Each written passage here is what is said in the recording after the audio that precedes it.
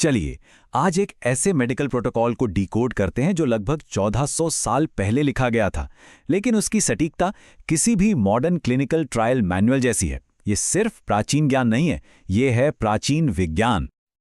और देखिए, ये जो श्लोक है ये सिर्फ कविता नहीं है, ये तो सीधे सीधे फिजिक्स है। ये एक बहुत ही सटीक शारीरिक प्रक्रिया बता रहा है कि शरीर के चैनल्स को इतना चिकना बना दो कि टॉक्सिन्स यानी विषाक्त पदार्थ बिना कहीं अटके बाहर निकलने पर मजबूर हो जाएं। ये किसी धुंधले डिटॉक्स के बारे में नहीं है, ये एक व्यवस्थित फिजिकल इंजीनियरिंग के बारे में है। और ये ग्रंथ इसका पूरा ब्लूप्रिंट देता है, वो भी कमाल की डिटेलिंग के साथ। तो अगले कुछ मिनटों में हम क्या करने वाले हैं? हम इस 1400 साल पुराने प्रोटोकॉल को डीकंस्ट्रक्ट करेंगे। हम इसके पीछे के लॉजिक को देखेंगे, इसके हैरान कर देने वाले सेफ्टी मेजर्स को समझेंगे और ये जानेंगे कि वो लोग सफलता को नंबर्स में कैसे मापते थे। और हाँ, ये भी कि आज के मॉडर्न रिसर्चर्स इन प्राचीन तरीकों पर इतनी गहरी नजर क्यों डाल रहे हैं। तो शुरुआत कहाँ से करें?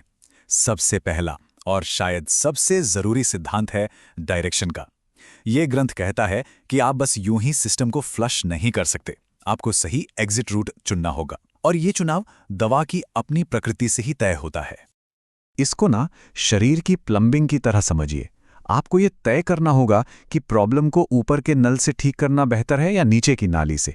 ये ग्रंथ शुद्धिकरण के लिए उन्हीं दो मेन रास्तों को तय करता है।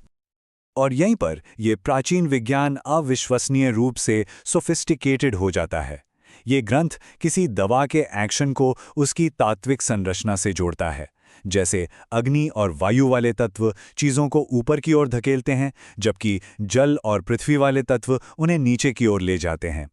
सोचिए, ये गैस्ट्रिक इरिटेंट्स बनाम कोलोनिक स्टिमुलेंट्स की हमारी मॉडर्न समझ का 1400 साल पुराना पैरेलल है।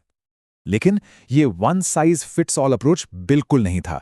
ये ग्रंथ इस बारे में बहुत ही स्पेसिफिक है कि इन पावरफुल प्रोसीजर्स के लिए कौन सही कैंडिडेट है और कौन बिल्कुल नहीं। प्रोसीजर कैसे करना है उससे पहले इस ग्रंथ में इस बात पर बहुत जोर है कि किस पर नहीं करना है। पेशेंट सेफ्टी को लेकर जो कमिटमेंट है वो तुरंत साफ हो जाती है। इसमें उन लोगों की एक लंबी लिस्ट है जिनका इलाज नहीं करना है, और ये लिस्ट किसी भी मॉडर्न ड्रग ट्रायल के एक्सक्लूजन क्राइटेरिया जैसी लगती है। ये सिर्फ एक लिस्ट नहीं है, ये रिस्क की एक हाईली इवॉल्व्ड समझ को दिखाता है। ये प्रोटोकॉल कमज़ोर आबादी को, जैसे गर्भवती महिलाएं, बुजुर्ग, बहुत कमज़ोर लोगों को एक्टिवली एक ऐसे प्रोसीजर से बचाता है जो उनके सिस्टम के लिए बहुत ज़्यादा थका देने वाला हो सकता है। ये है एंशिएंट रिस्क मैनेजमेंट। और ये देखिए, ये है एंशिएंट पर्सनलाइज्ड मेडिसिन का एक ज़बरदस्त उदाहरण। डोज कभी भी अंदाजे से नहीं दी जाती थी। इसे व्यक्ति के कोष्ठ या उसकी यूनिक बाउल मोटिलिटी के हिसाब से तैयार किया जाता था। ये एक ऐसा कॉन्सेप्ट है जिसे मॉडर्न साइंस अब गट ट्रांजिट टाइम स्टडीज से वैलिडेट कर रहा है। अब आते हैं असल प्रोसीजर पर, जो अपने आप में एक मल्टी स्टेज प्रोसेस है। इसे बहुत ही सावधानी से डिज़ाइन किया गया है।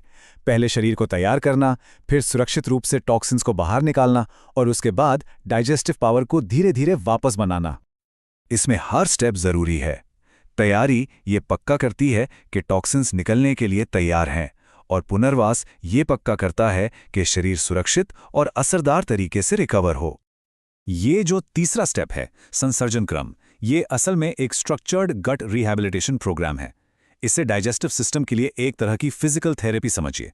इसे कॉम्प्लिकेशंस से बचने के लिए डिज़ाइन किया गया है। कैसे? भोजन की कॉम्प्लेक्सिटी को शरीर की धीरे धीरे लौट रही पाचन शक्ति से बहुत सावधानी से मैच करके। इस टेबल में साफ दिखता है कि रिकवरी डाइट की लेंथ और कॉम्प्लेक्सिटी सीधे सीधे प्यूरिफिकेशन की इंटेंसिटी से जुड़ी हुई है। मतलब ये रिकवरी का एक सचमुच एविडेंस बेस्ड अप्रोच है। लेकिन उन्हें कैसे पता चलता था कि ट्रीटमेंट काम कर गया? सबसे जरूरी बात यह है कि यह सिर्फ मरीज के बेहतर महसूस करने पर आधारित नहीं था। प्रोटोकॉल में साफ साफ मेजरेबल एंड पॉइंट्स मांगे गए थे, और इसका सेंट्रल मेजरमेंट था वेग, यानी उल्टी या दस्त के एपिसोड्स की गिनती, जिससे प्रोसेस की सफलता तय होती थी। जरा इन नंबर्स को देखिए, ये कोई अंदाजा नहीं है, ये एक प्रिस्क्रिप्शन है। एक 1400 साल पुराना टेक्स्ट आपको बता रहा है कि एक सफल नतीजे के लिए कितने एपिसोड जरूरी हैं। ये आज के मॉडर्न गैस्ट्रोएंटेरोलॉजी में इस्तेमाल होने वाले स्कोरिंग सिस्टम का प्राचीन रूप है। लेकिन अगर प्रोसेस प्लान के मुताबिक न जाए तो, या असर कम रह जाए? इस प्रोटोकॉल में एक इनबिल्ट सेफ्टी नेट भी था। नतीजों को आंकने और कॉम्प्लिकेशंस को मैनेज करने के लिए एक क्लियर सिस्टम। अयोग, योग और अति योग का ये फ्रेमवर्क, मतलब बहुत कम, एकदम सही और बहुत ज्यादा, एक तरह से एडवर्स इवेंट्स को मॉनिटर करने और ये पक्का करने का एक प्राचीन सिस्टम था कि थेरेपी अपने सही टारगेट पर लगे। ये ग्रंथ इससे भी आगे जाता है। वो ये तक बताता है कि शरीर से क्या निकलना चाहिए। मतलब प्रोसेस तब तक पूरा नहीं माना जाता था जब तक एक स्पेसिफिक बायोलॉजिकल मार्कर न दिख जाए। ऊपर की ओर शुद्धिकरण के लिए पित्त और नीचे की ओर के लिए बलगम। सोचिए, 7वीं सदी के एक प्रोसीजर के लिए ये कितना सटीक क्लिनिकल एंड पॉइंट है। तो अब तक ये बिल्कुल साफ हो गया होगा कि इस प्राचीन प्रक्रिया को एक मॉडर्न क्लिनिकल ट्रायल प्रोटोकॉल जितनी ही सीरियसनेस और डिटेल के साथ बनाया गया था। मरीज के सिलेक्शन से लेकर मेजरेबल नतीजों तक पूरा प्रोसेस सिस्टमैटिक तरीके से डिफाइन किया गया है। और आखिर में ये ग्रंथ सही ढंग से किए गए शुद्धिकरण के गहरे सिस्टमिक फायदों को बताकर खत्म होता है और इसे सेहत और लंबी उम्र की नींव के रूप में पेश करता है। और बस यहीं से मॉडर्न रिसर्च के लिए दरवाजे खुल जाते हैं। इनमें से हर एक एलिमेंट, एलिजिबिलिटी क्राइटेरिया से लेकर एडवर्स इवेंट मॉनिटरिंग तक, सिर्फ प्राचीन इतिहास नहीं है।